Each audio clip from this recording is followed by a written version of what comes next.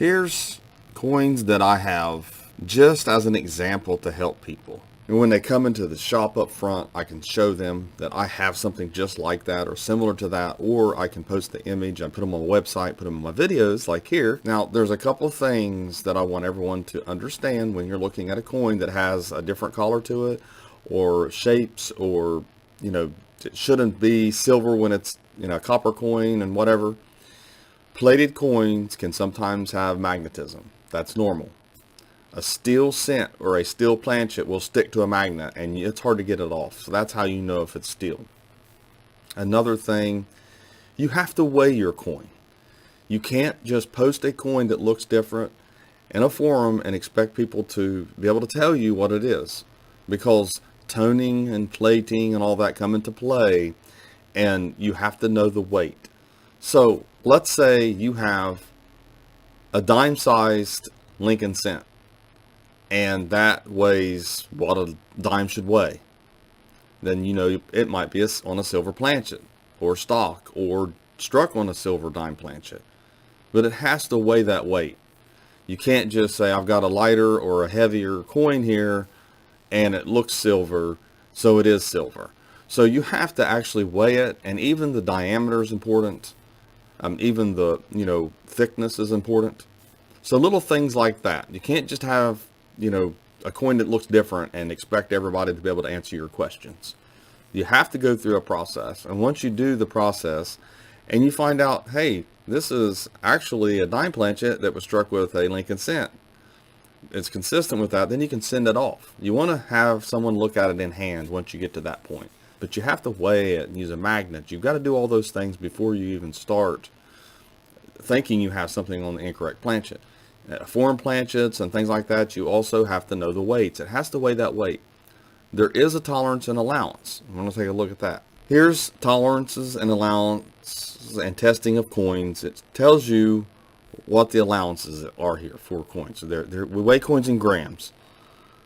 Over on the U.S. Mint website, also you have what our modern coins are supposed to weigh, the thickness, the diameter, everything. Okay. Then you have weights of the silver coins, as far as, this is on NGC site. There's all kinds of information out there. This is just stuff I found really quick, but you can see the weight of a Roosevelt dime. So it's 2.5 grams. So you have a Lincoln cent that weighs 2.5 grams and it looks silver. You might have something. It doesn't mean someone didn't modify that coin or it's not fake, but you might have something.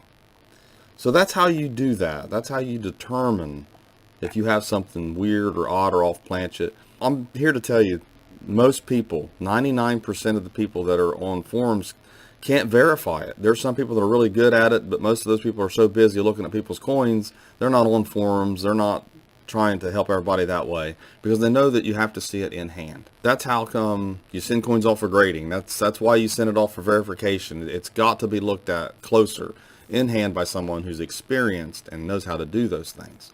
That's why I recommend Koneka. You go over there to that forum, and if you have something decent, they're going to say, hey, yeah, I'll look at your coin in hand. So let's take a look at some of these coins a little bit closer. Like I tell people, the devil's in the details. You most certainly need to pay attention to every little detail about a coin's weight and the tolerances and allowances and the fact that they can be plated, and people have played with them. There's been science experiments. People can manipulate metal of the coin, and they can change the appearance of it in different ways with chemicals, with heat, and solder on coins, like I said before. So this is a perfect example of a coin that this could be plated in platinum. There are companies out there that take state quarters and dollars and modern coins. They'll plate them in gold, silver, and platinum. They will sell them in sets. They will put them in special packages to sell them for more money, because otherwise this coin here is pretty much worth, face value. It's one of the Native American series, and it's just a plated coin that's maybe someone would pay you a couple dollars because it looks kind of cool, but it definitely stands out. When you see this coin, it stands out. Then I have this 1960. At first, you would think this was a steel coin or something, because it looks like it might be, but it's not. This is the deal. It's plated in zinc is what it looks like, and it doesn't stick to a magnet, and it weighs about 3.1 grams. And that's the key here. This coin itself, with some plating on it, might vary a little bit, but it could vary without the plating. And that's why it's important to know the tolerances and allowances. It's actually a cool plating job. Someone did a really good job on this. But it's just a plated coin. You even have replated cents, which is something you have to watch out for on the steel cents. This is a real steel cent, but it's been replated. Some people do a good job and some people don't good job. And here's another one. It's just, you can see the copper coming through on this. Most of the time, they're not doing very good jobs on these. Here's another one. They have a bluish appearance too. They look really shiny. Might have some corrosion. Then here is a 1946 that's plated. And you know, I don't know if any of you know a lot about what I call translucency, but when we were painting people, you had to realize they had vessels under their skin. So when you're painting and live painting, you had to account for that color because it does bleed through the skin. We don't really think about it when we're looking at someone. We think of white, black, and whatever, but really you have collars that are coming through because of the light, you know, that can actually penetrate your skin. So you can see that this here, the way it looks on the video, you can see some of the copper underneath it. It's actually a little translucent. I have an Indian cent here, and most people, after you talk to them and you weigh it, they'll understand this is just plated. And there are some things out there though that just confound people to the point where they don't believe you, but we'll talk about that in a minute. Here's an encased cent that's plated. You can see the encasement around it. That's not from the U.S. Mint. The U.S. Mint plated steel cents in 1943, and they plated copper cents. Basically, they're not copper. They're actually copper-plated zinc cents now. And that's it. They don't plate other coins. They don't put holograms on them or anything like that. That's not how they do it. I have another one here. This is what appears to be a copper dime. Okay, well, it's not. Someone removed the outer layer of cladding on it, and it's just a damaged coin. And people play with these. There's a lot of damage around the rim where it was pried off. You can see different areas on it. It's very difficult and very rare to find, and almost non-existent, both sides not having the clad layer. So pretty much when you see two sides without it, you probably need to take someone in hand, let them look at it, because it's probably going to be modified. One side, that's one thing. Another thing, I see people, black beauties, improperly annealed planchets. This coin looks like it could be. It's got potential. I don't think it is. I think this coin here was subjected to something. It may be a little bit, but really, unless you send it off for grading and they attribute it as a black beauty or improperly annealed planchet, you're not going to get anything out of it. It's not going to matter. So it really needs to be verified, and people really can't tell you in images. Images are not good enough to attribute mint errors for the most part, and not when they come to this kind. Because you're looking at different colors, you're looking at an image. Here's a cent that has actual artificial collars. Somehow it was either cleaned in the past, probably, and it'll retone like this. It could have been in an album or against paper. That will cause this to happen. Then we have, I see this a lot. This was in the ground. Both of them were in the ground. That's why they turned red. The nickel turns a little red in these.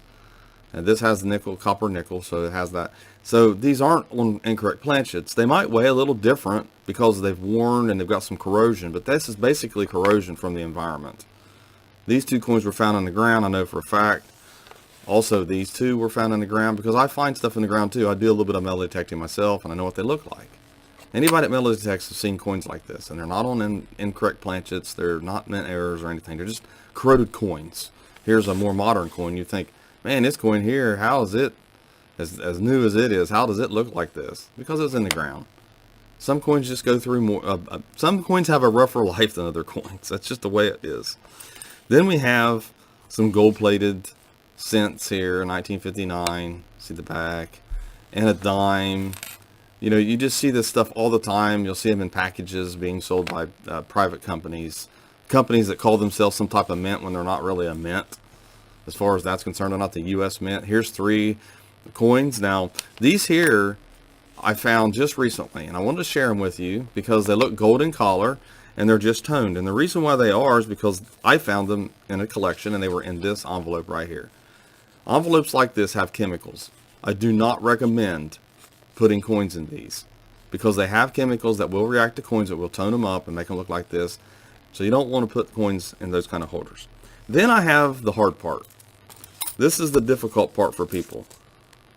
They see coins like this, and they see shapes, and they don't realize that it's just toning. This is the stuff that you might find inside your cup holder in your car after a long hot summer. I mean, I can see shapes in these. And this is where pareidolia comes into effect. People think that's an insulting term or something, but it's not, okay? Everybody has it. You can look at this coin and you can see shapes in it. But it's normal. It's not anything special. It's just a coin that has toning from liquid. And these were basically in a paper roll that was saturated and dried up, and then the coins obtained some toning. And like I said, these paper wrappers and all, they have chemicals, but people are going to look at these coins and they're literally going to see shapes. They're going to think that there's other people on it, or it's an upside down Lincoln, there's a gun on it. I mean, I know that that's just how people look, but you got to realize that the minting process is well known. What can happen and what can't happen. And there are things that happen, like something struck through a nail or crazy things like that. But they're not putting little things on the die. These are not designs on the coin. They're toning and staining on the coins and chemical reactions to heat and moisture and other chemicals. That's what you're seeing. And often people will see this and the coin gets worn down. I think, well, it had to come from the mint like that because look how natural it looks. Well, wear can cause corrosion and damage and chemical reactions to look a little more natural. But you have to realize the coin went through, you know, a lot in its life, or it was exposed to a lot and caused the chemical or caused the alloy to react. So I hope this helped everyone to understand what different color coins look like and what they are and what it means and where to find out different weights on coins. So thanks for watching my latest video. Please hit the sub button and also hit the bell so you get all the notifications, and have a great day.